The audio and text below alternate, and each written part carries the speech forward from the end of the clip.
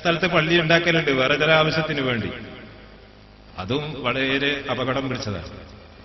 മുഅ്മിനീങ്ങളെ ഭിന്നിപ്പിക്കാൻ വേണ്ടി, മുഅ്മിനീങ്ങളുടെ ഇടയിൽ വന്നുപോയിട്ടുള്ള ഭിന്നിപ്പ് ശാശ്വതമാക്കാൻ വേണ്ടി അതിനൊക്കെ പള്ളി നിർമ്മിക്കലുണ്ടില്ലേ? പള്ളിന്റെ മുറ്റത്ത് പള്ളി, മദ്രസയുടെ മുറ്റത്ത് മദ്രസ, ഇതൊക്കെ നിർമ്മിക്കലുണ്ട്. ഖുർആൻ വളരെ കർശനമായി പറഞ്ഞതാണ് ആ കാര്യം. അങ്ങനെയുള്ള പള്ളിക്ക് മസ്ജിദുൽ ദിറാർ എന്നാണ് ഖുർആനിൽ അല്ലാഹു പറഞ്ഞത്.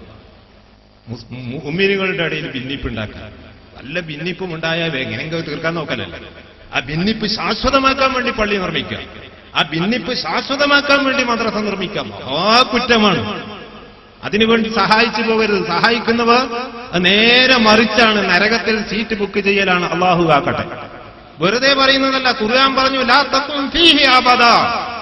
നബി സല്ലല്ലാഹു അലൈഹി വസല്ലം തങ്ങളോട് പറഞ്ഞു അത്തരം പള്ളികളിൽ വെച്ച് ഒരിക്കലും നിസ്കരിക്കരുത്. ലാ തഖും ഫീഹി അബദാ എന്നാ ഖുർആനിലുള്ളത്. ഒരു കാലത്തും ആ പള്ളിയിൽ കയറിയിട്ട് നിസ്കരിച്ചു പോകരുത്. അങ്ങനെ മനുഷ്യരുടെ ഇടയിൽ ഭിന്നിപ്പുണ്ടാക്കാൻ വേണ്ടി ആ വിധത്തിലുള്ള പള്ളിയുണ്ടല്ലോ, ആ പള്ളിയിൽ കയറിയിട്ട് മുസ്ലിമീങ്ങൾക്ക് നിസ്കരിക്കാൻ തന്നെ പാടില്ല. അല്ലാഹു കാക്കട്ടെ.